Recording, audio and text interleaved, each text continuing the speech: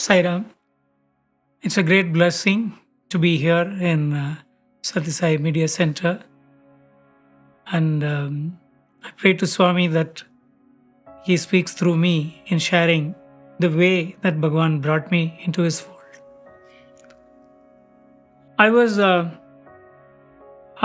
was an ardent devotee of Kanchi Paramacharya. To this extent, I never used to accept anybody else as having any divinity in them. To an extent, I should say that I was kind of anti Sai. Never used to accept Bhagavan. And those days when you're like what is called newspaper wise guy, because you read something in the newspaper, you think you know everything about it. Even though one of my very close relatives, she's a very ardent devotee of Bhagavan, she has spent years. Whenever I used to go and meet her, he always says, Sairam, Sairam. I say, what Sairam? I used to say disparagingly. But today at Bhagavan, at every breath, he makes me say Sairam. It all happened, in my professional career. I had to travel a lot abroad. In one of those trips, I had gone to US and I was coming back. Those days, you'll have to come via Bombay. So we changed the flights in London and I was in the business class. I had a co-passenger next to me. So since a long flight, you tend to talk to each other. Those days, the attitude, it was in the corporate world. Talking to them, just find out whether we get any connections for the business. That's the kind of attitude.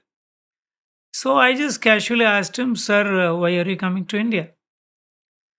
He said, I've come to see Baba. And I said, What, Baba? It never occurred to me that he was referring to our Swami. Oh, you don't know Puttaparthi, Sai Baba. And I said, oh. You know how it is, because those days when somebody talks about Swami or anybody else like this, I don't normally say anything, but heart of hearts I would think this guy has gone nuts. This attitude was like that. So I thought these foreigners, they hold on to something and he's coming. Didn't say anything, but he continued. He said, I used to come to see Satya Sai Baba along with my wife every year for 4 weeks. This year, my wife couldn't come. Last year, something terrible happened in our lives. He had two sons, I believe, 18 and 21, and both of them got killed in an accident on the same day. It just shook me out. I myself had a similar experience because I lost a brother when he was 21, and my whole family was shattered. I literally jumped out of the seat. I started saying, Oh my God, I'm so sorry, and all that. He started saying, No, no, no, no, Mr. Rajan, don't feel sorry. It's all karma. I was shocked. Here is a Westerner who is telling me it's all karma after such a calamity in his family. So feeling so incredulous, I just asked him, Are you going to ask this Baba why it happened? And he said, No, I don't have to ask him anything. When I go and sit there in his presence, I feel a tremendous amount of peace. Believe me, those were so prophetic words. It made me think, what is this? This is something. Here is a person who has lost two of his children in the prime of their lives and still willing to come and have the conviction to come and see Swami and say that he knows. He doesn't have to tell him anything. What kind of an entity this should be? This is something that I've been missing.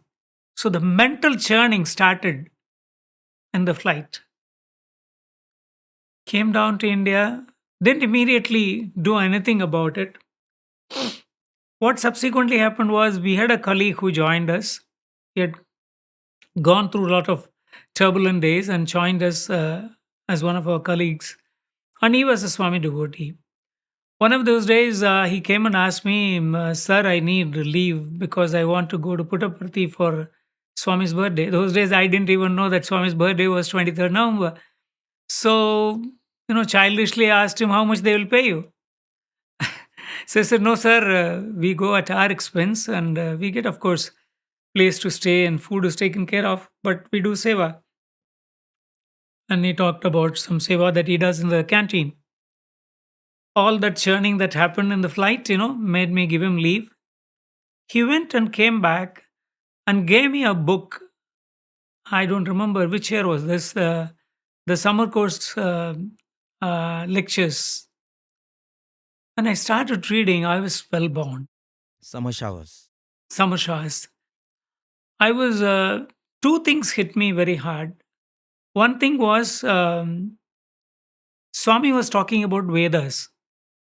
I've read Paramacharya what he has talked about Vedas. Paramacharya talking about Vedas was not unusual because he has come from the traditional Gurukula Parampara and he has gone through that. For him to talk about Vedas, it was not. Here is an entity. By now, I have some idea about Bhagawan.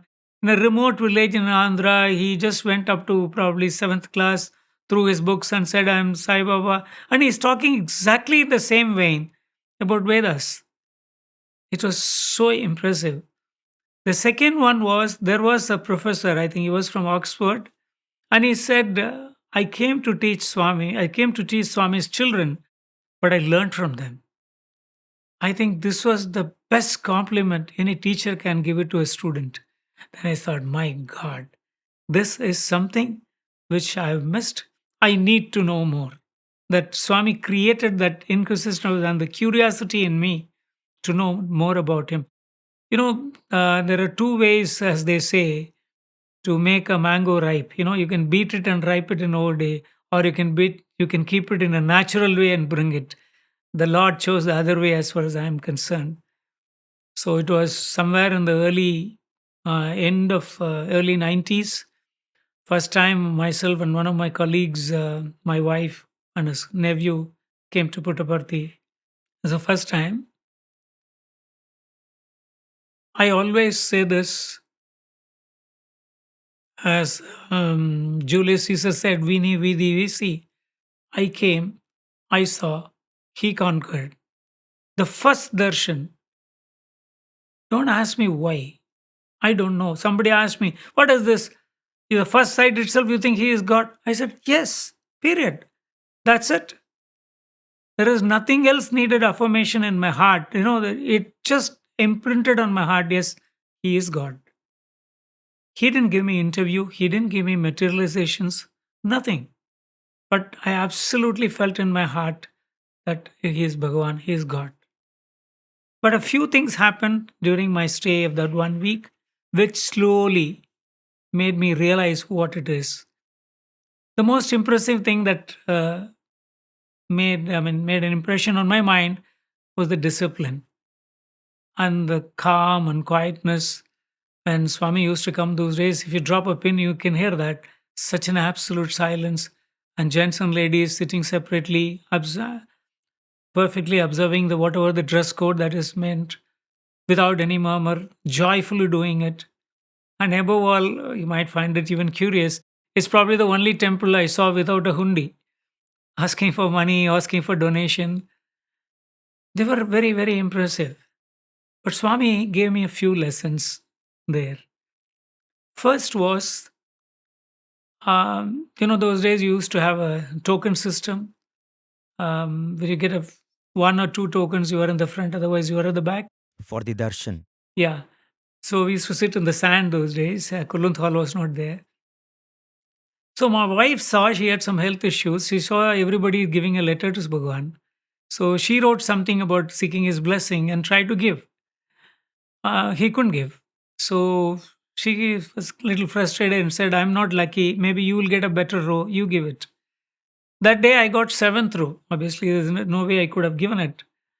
Then suddenly a thought passed through my mind. When I was coming to Parthi, quite a few of my friends, known relatives asked me, oh, you're going to Parthi, please pray for us. This is a normal custom. Suddenly I realized, then I wrote on the bottom of that letter, Swami, a lot of people asked me to get your blessings. Kindly send your blessings through me. I wrote it there. Exactly immediately I got fourth row and Bhagavan came and took my letter. What is the lesson to me was, when I was restricting my domain only to my family, my wife, and my health, Swami didn't realize it. I mean, didn't even recognize it. The minute I included everybody else, Bhagwan took the letter. And the next day I got token number one, and Swami came and stood in front of me. The world stood for a moment. I had the first Padnamaskar from him. That was the greatest blessing to start with. The second one was, the as Bhagavan usually says, the monkey mind. I was just watching Swami those days, exactly at the stroke of 7, he'll come for darshan. He'll go around after finishing the darshan. He'll go for taking a few people for interview. Then everyone will rush for the canteen and finish their breakfast and come back for bhajan. I was just watching. Swami was calling a lot of people for interview. Found that they were all foreigners. Immediately the monkey mind thought, oh, this Swami will call only foreigners. He didn't call me, that kind. So mulling over it, I didn't even go for breakfast. I was just sitting there. Swami had gone with a team of people inside. I looked around. Next to me was a foreigner. So I started talking to him. He also didn't go for breakfast. So I asked him, where is he coming from? He said, I'm coming from Sydney, Australia. I asked him, how long you have been coming? 7 years, 4 weeks every year. I immediately asked that $1,000,000 question. Did you get interview? The typical Australian accent. He said, no, I didn't get interview. But Swami knows when to give you interview. It was like a slap to me. Here is a person who's come for 7 years all the way from Australia and has the conviction that Swami knows when to give me interview. And I just come first time just spending 100 rupees from Chennai and expect Bhagawan to give me interview. That day, Swami removed my any request or craving for interview. From that day, he started the interview. I have an interview with him every moment of my life today. I don't have to go into the room for him to physically be there. All the time, the conversation keeps going within me with his profound grace. The next thing which made me into the path of Seva, he came out. I was very, very excited along with my colleague whom I had come with. You can see my decibel level itself is quite high. I was walking in that canteen road and I was talking excitedly, and there was a gentle tap on my shoulder. And I turned back, and here is the person in white and white with a scarf on, Sevadal scarf. And he said, Sairam, this is Prasanthi Nilayam. Can you tone down your voice? See the way he said it, the politeness with which he said it. Suppose he had said, if that is the rule, let's say you're not supposed to be raising your voice, he could have sternly told me, I said, you're not supposed to talk. Probably I would have picked up a quarrel with him. But instead he said it so nicely, so politely. What was the first thought that crossed my mind, sir? I should wear that scarf one day. That's how Bhagavan turned me into the Seva attitude that day. I started, not that I immediately came into the Seva organization, I started reading about Bhagavan a lot. Starting, of course, like anybody else, or the man of miracles those days. But I've been reading quite a few of Bhagavan's books. One book changed my life 180 degrees. And one sentence, that to say. There was this book, Sadhana, the Inward Path. There will be small, small quotes, small, small paragraphs taken from Swami's various discourses. Still, I read it even today whenever I get time. And one of them, there's a statement that Bhagavan made. Of the 24 hours in a day, sleep for 6 hours. Do all your personal work for 6 hours. Do something for a living for 6 hours. Do seva for 6 hours. I said it was the most profound statement.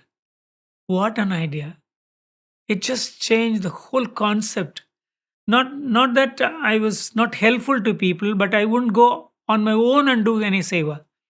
But this actually created a beautiful platform or a scenario for me to work on.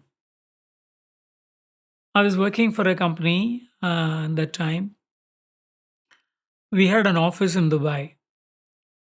They have been pressing me to come there and take over, but my mother was about 80, so I was the only son left. So I was refusing to come and trying to travel and kind of manage it from India. When this particular statement of Bhagawan made an impact on me, suddenly it occurred to me, why not go to Dubai for 3 years? Earn some money, and you go to Dubai, entire money is savings because there's no income tax, and come back. They had a crazy idea, if I have 10 lakhs, that's more than enough. Come back, and instead of doing something for a living for 6 hours, why not do 6 plus 6, 12 hours seva? With that attitude, I finally got persuaded by my people. I decided I'll come and take over in Dubai as vice president. Took my mother's permission and we went. I went. But the Lord had a beautiful plan. I was to be there for 3 years, but I came back in 2 years and 3 months. What really happened was absolutely nothing to do with any of my brilliance or my capabilities. Anything I touched turned gold. Any project which we took was yielding fruits. Just to give you an idea, the first year when I went and took over, the company made a net profit of 1.5 million dirhams. The next year, the company made a profit of 15 million dirhams, 10 times net profit, mind you, after all expenses, but almost about 460, $500 million turnover. It was amazing, and I was heading the show. Every time when I need a confident, I need to decide on any business issues, or I always used to pray to Swami, and the direction used to come. That's the kind of intuitive connection I had with Bhagawan. So when we were all celebrating this 10 times this thing, I went and announced that I'm resigning. So it was a shock to them. It is like somebody hitting a century and retiring the next day. So the chairman of the company called us. He's a very, very big man. And Dubai, everybody is known by a post box. His post box number was 1. So you can imagine how big he was. To speak Hindi. He never, the 100 divisions of him, we were one of the divisions. But still he called me and said, why do you want to go? I mean, you've been doing so well. Whatever you want, I'll give you. The idea was he thought that somebody else is offering me a better job, so I'm quitting. So I said, no, sir. I told him something about, I didn't elaborate much about Bhagavan. I said, my guru has directed me that whatever I am today is because of what the country, the nation gave me, the society that it gave me. If I do not go back and give, then I'm a thief. So now at the moment, I'm still young. I was just 44. Health is okay. Whatever little I've earned is enough for me. That is enough for me. Attitude came only because of Bhagavan. He only gave me that thought. So I'd like to go and serve. And of course, he said, all that you can do when you're 60. You know, I said, sir, if I'm 60, what is the guarantee? Number one, where is the guarantee I'll live up to 60? Second is, even if I live up to 60, if my health is not good, somebody else has to help me. Where am I going to help somebody else? So right now I'll go. He asked me one question. You earned enough? I said, I put it in Hindi. दुनिया में सबसे बड़ा अमीर मैं हूँ. It is this I am telling to a person who is 1,000 times richer than me. And you said, I am the richest one. Yes, दुनिया में सबसे बड़ा. I am the richest man in the world. Where from that utterance could come, sir? Only because the Lord was speaking through me. The Lord was entirely occupying my thinking and way of doing things. So with that, I came back, involved myself. I had a tremendous support from my wife. My son was getting into college. My daughter was in the school. Not that we were very rich. Normal thing would have been to earn more and more and then come and all that. I said, enough is enough. That attitude, that mental attitude came only and because of Bhagavan's grace, immense grace. And your mother was there? Mother was alive when I came back. She was alive. She was happy to see me, of course. So that is how I came back. And when I came back, Swami had a royal welcome for me, in the sense that one of my colleagues, he was a part of the Bharat Cultural. So his wife was a comparer. So when I came back, I was given an invitation. I, I was given a free bus ride and expense. Above all, we were sitting just behind Bhagawan in Purnachandran watching all the programs, and Sevadals were serving me. Oh, wow. So we were kind of guests of Bhagawan, and it was a beautiful start. Came back and I joined the Mandavalli Samiti in Chennai. The first thing that I became was a Sevadal and started doing my seva both in the Samiti at Sundaram and also in Puttaparthi. That's how the journey as a Sevadal started. In case there is anything that as a human, at the human level, I can say is the greatest achievement, is that to become a Sri Sathya Sai Sevadal is the greatest achievement of my life. Everything else is secondary. And the beauty of it is I'm a management. I did my master's in management. What I learned about management and Sathya Sai organization is phenomenal. I don't think Bhagavan's organization, what it teaches you about management, I don't think you'll learn it anywhere else. It's an incredible way of teaching, incredible way of accessing the human resources in the most profound way. Nowhere else it can be done. After all that journey, even during this journey, I always feel it is He who is doing it. I'm just a simple instrument. From my background and whatever I knew, I don't think I would have on my own could have done any of those things. I'm a chemical engineer, did management, did international trading. Swami made me went into what is called the Liquid Love program. There was no organized blood donation center in Chennai, even though a lot of work was being done.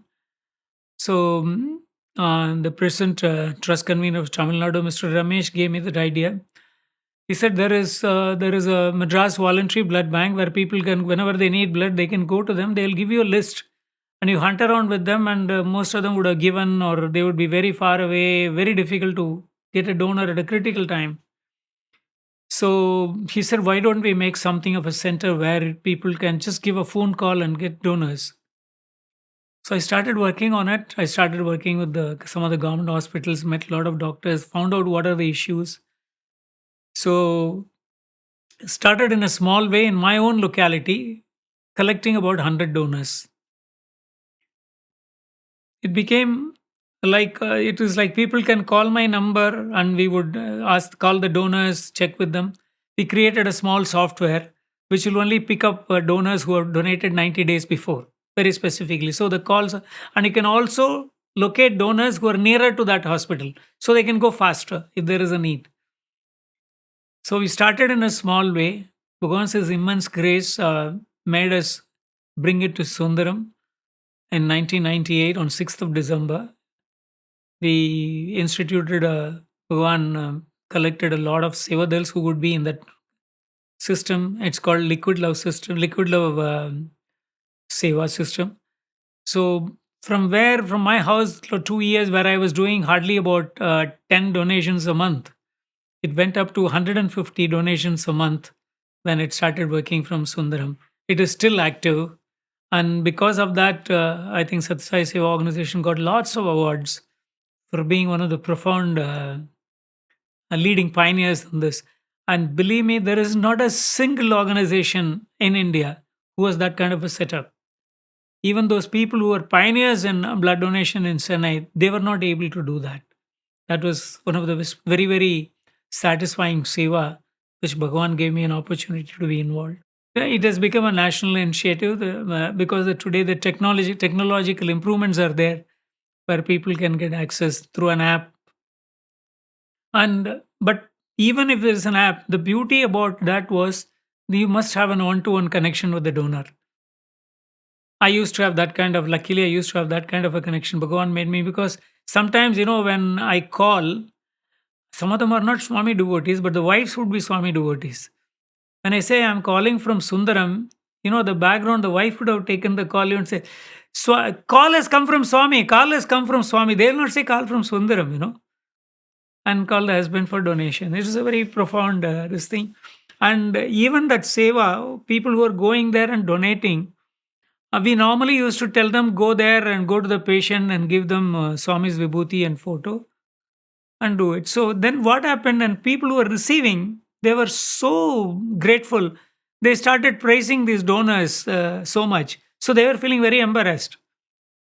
So they didn't want to go and give this vibhuti and prasadam to them, because again they get all this kind of things. So another beautiful idea was given that whenever you are donating, it takes about 15-20 minutes and the blood is drawn. So they said you keep chanting Sai Gayatri. Keep praying for the prayer for the patient. So the blood gets sanctified. It becomes a spiritual exercise as far as sadhana for you when you're doing that seva. So it actually made a lot of impact on the donors, which is basically the greatness of Sai Seva, sir. I would say there are lots of organization which do tremendous amount of seva. End of the day, they take the statistics. I have done so much of this, so much of that. And one of my mentors here, Mr. Shamal Sur, used to say, Sai Seva is unique in one aspect. He used to give this example. Permit me to quote that. He said, you go and buy a cow for what? The amount of milk it gives. Correct? 5 liters, there is a price. 10 liters, there is a price. The cow also gives cow dung, which is also useful. But you will not buy the cow for cow dung. He used to say, whatever seva you do, the transformation that takes place in you is equivalent to the milk. The benefit that the beneficiaries are getting is equivalent to the cow dung. So, what is important is your transformation. You become a little bit a better human being. You get closer to Bhagavan. So you realize your innate divinity step by step.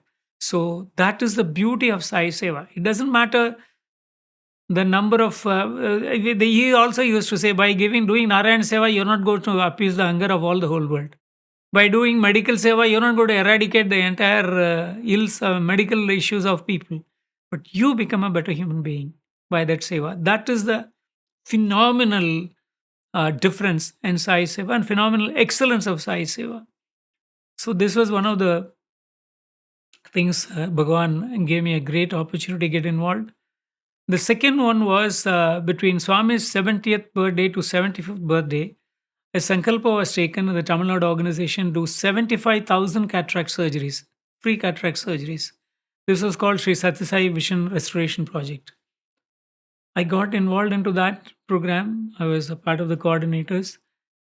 Our own setup in Chennai alone, out of that 75, we were able to do 8,000 cataract surgeries. Even today, that ward and voluntary health services is called Sai Ward. Even our people are doing seva even today. It's the program is continuing even today. It made a tremendous amount of impact on people. Of course, there was an excellent support by the doctors. There's one Dr. Parth Saradi, who's a phenomenal human being, who also taught us, his behavior taught us how to behave with the patients, that kind. One more thing which Bhagavan always used to say, any project you start, do not think of money first. It will come. This project, when we started, we were not to, our organization, we cannot solicit money. So it was available, some Lions Club had funded it. We were only to locate patients and take them back, give them medicines and all that. So when they were doing 10 surgeries a month. Enter Sai organization, 100 people per week. So that organization put up there, no, we don't have funds to support that much.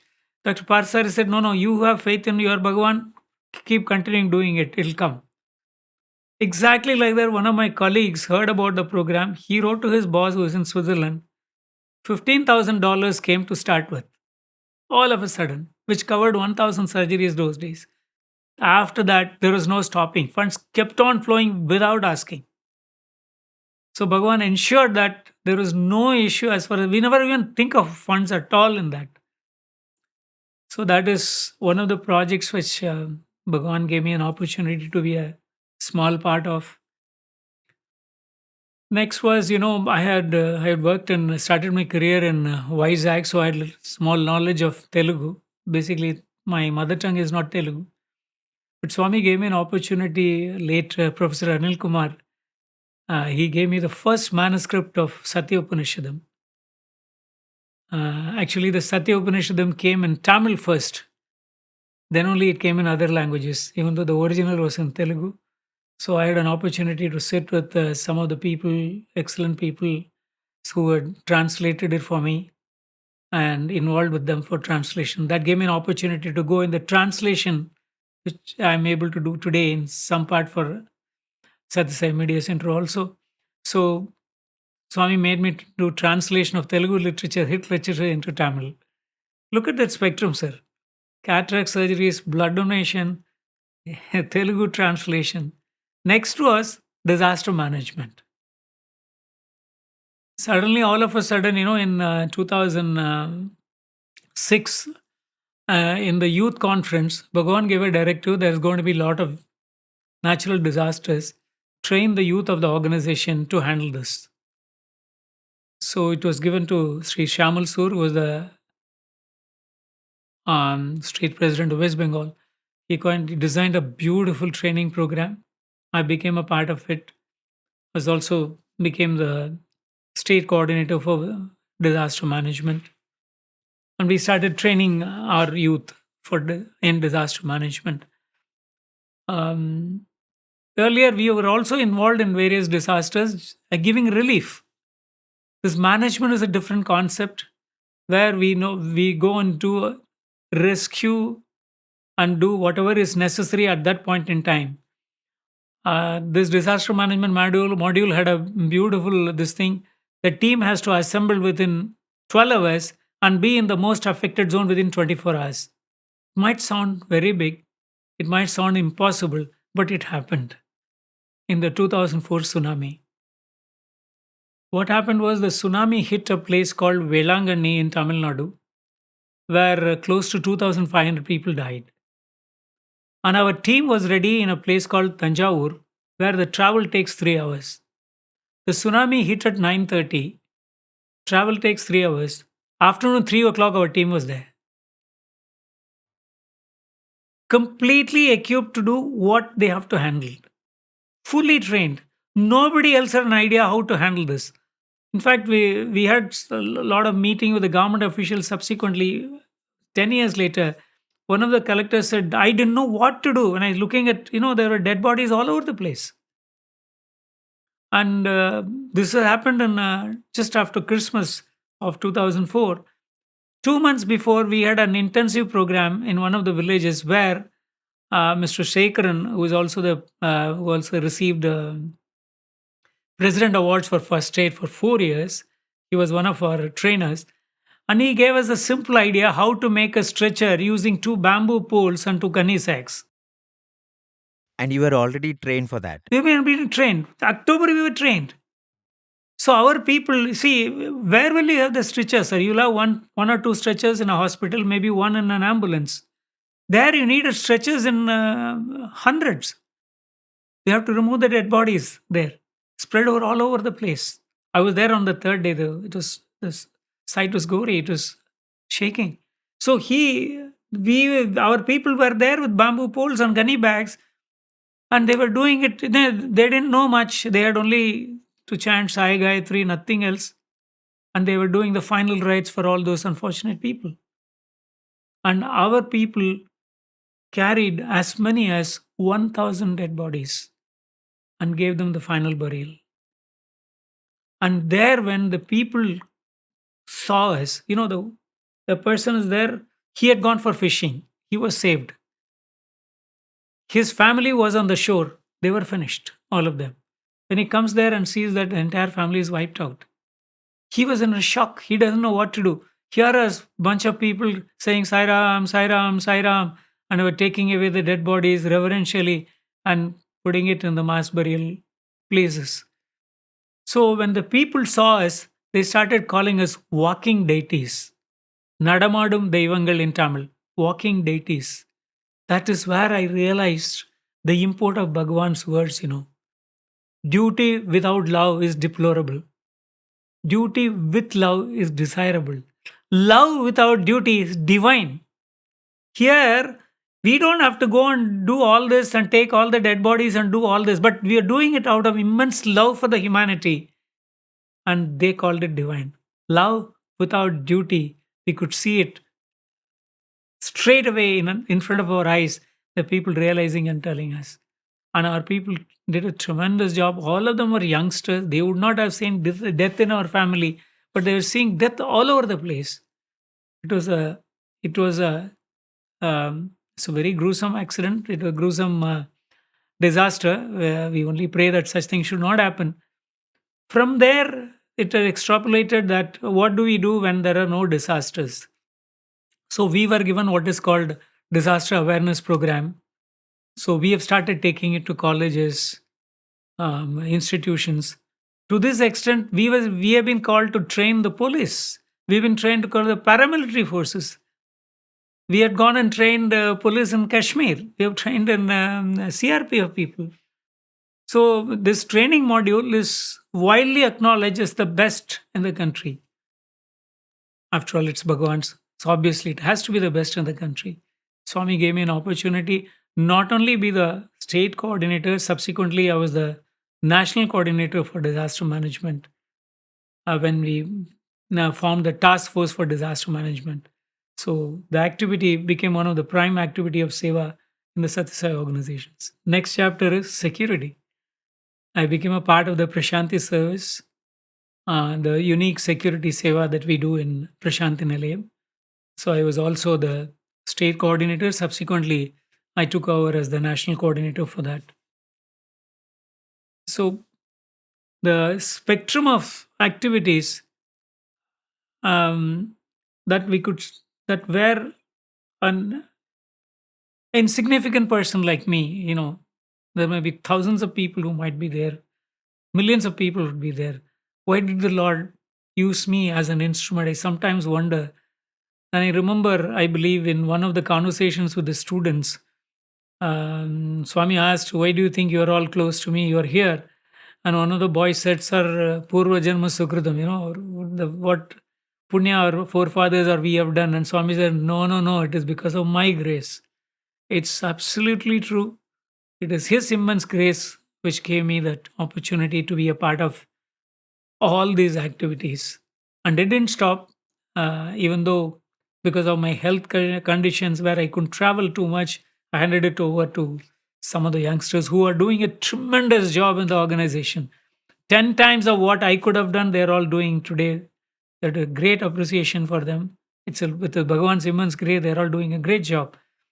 So subsequently, the another activity which Bhagavan gave me was, 2011 April was a hard hitting thing for all of us.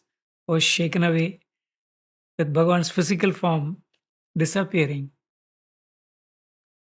Um, I didn't know. I was very forlorn for almost a month. I didn't know what to do. What am I going to do? There is any purpose in life? That kind of a thing. Quite a lot of us have gone through it. Suddenly, it struck me. I think now Swami's message is far more important than anything else now. So I didn't ask anybody. On my own, I started picking up the daily Sai inspires messages, started translating it into Tamil, sending it to a few people. I started it on my own. Then, of course, subsequently, Satsang Media Center came with a full-fledged division. Even today, Bhagavan is giving me a tiny version of doing the translation into Tamil of Sai Inspires for the Tamil section of Satsang Media Center. Well, Once a Sevadal, you are a Sevadal till your last breath. So I had moved on to a different place in Chennai. It's called Sholinganallur. There was no Sai Center.